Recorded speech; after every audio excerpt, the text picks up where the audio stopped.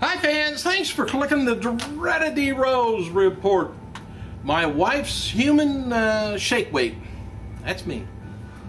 Hey, Chris Jericho, his return to WWE was not penciled in anywhere on the booking sheets. That was handled before, Monday's Raw from Memphis. However, when Jericho did show up, before coming out on TV, they made no attempts to hide him, which I guess they've done that because they like to fool around, surprise the wrestlers too. Anyway, the script for Monday's Raw Super Show from Memphis was not finalized until around 7 p.m. local time. Ooh, they're cutting it close. And the angle with Kane coming from under the ring was written about a week ago, but officials didn't know how they were going to get in it, get to it until the day of the show. Six-man elimination match was put together at the last minute. Officials wanted John Cena in the closing segment, so there would be it's sort of like an Indiana Jones-like cliffhanger to end the show with. He saved Zach. Ooh, so lucky. And the feeling was that CM Punk's segment wouldn't be exciting enough to end the show with, and Chris Jericho's return wouldn't be a good way to end the show with just everybody hanging over their seat, and that's it. Brodus Clay, I think they're going to do a good angle with this. Brodus Clay was backstage Monday at Raw Super Show from Memphis and was scheduled to debut on TV and squashing another wrestler. Well, as plans went on through the day, once again, Clay was bumped from the script.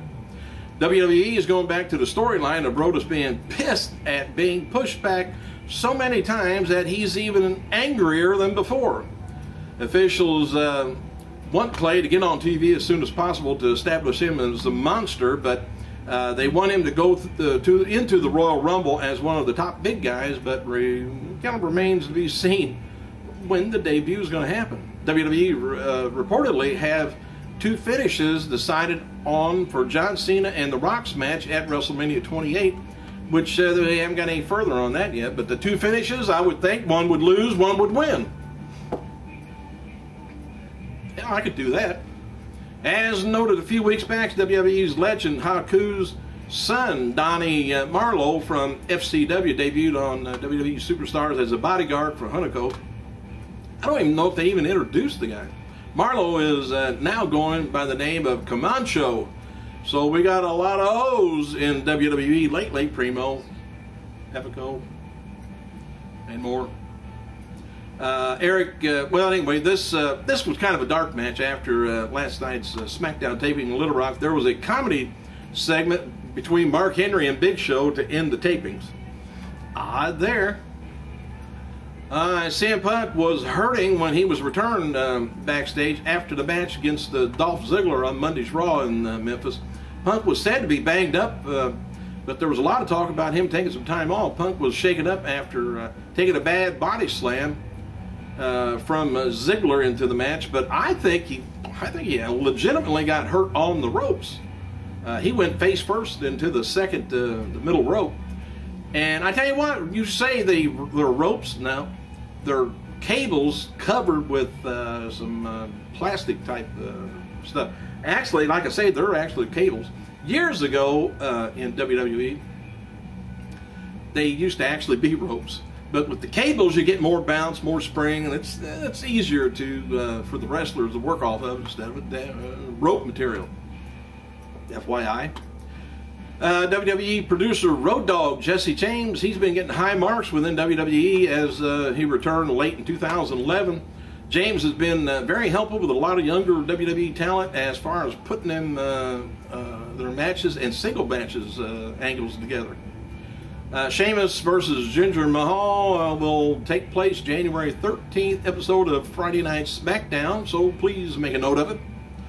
And there was talk in WWE having Chris Jericho do something similar to what he did this week on Raw on Super Show, where he didn't speak. The idea is get the fans to keep watching to see what Jericho would do next. And it must be just show his pearly whites off. WWE officials are worried that Raw will get killed in the ratings on Monday, January 9th with the big Alabama versus LSU football game.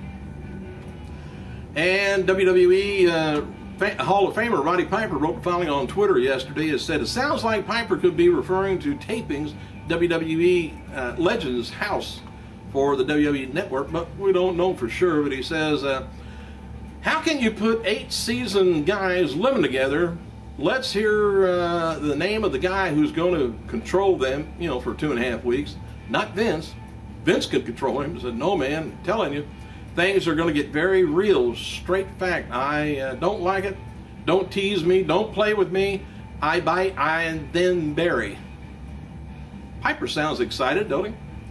Piper wrote it earlier in 2012 that he's going to be appearing at the World of Hurt Wrestling reality show, a special Piper's Pit and Eli Roth and a few others that he couldn't mention yet, I guess.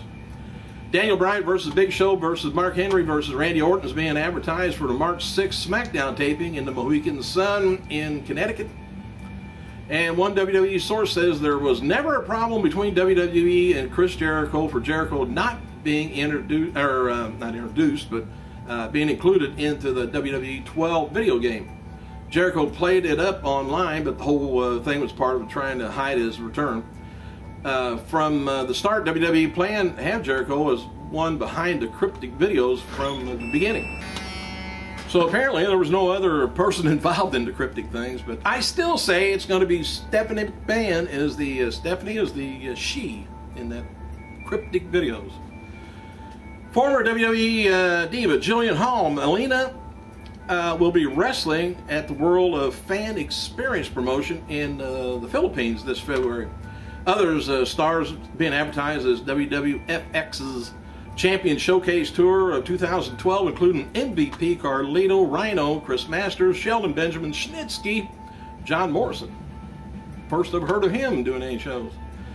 Ultimate Warrior took shot at Kevin Nash this week on his Twitter. Said a fan asked the Warrior why he doesn't dye his hair and pull a Kevin Nash return. Warrior replied, "I'm not a dickhead."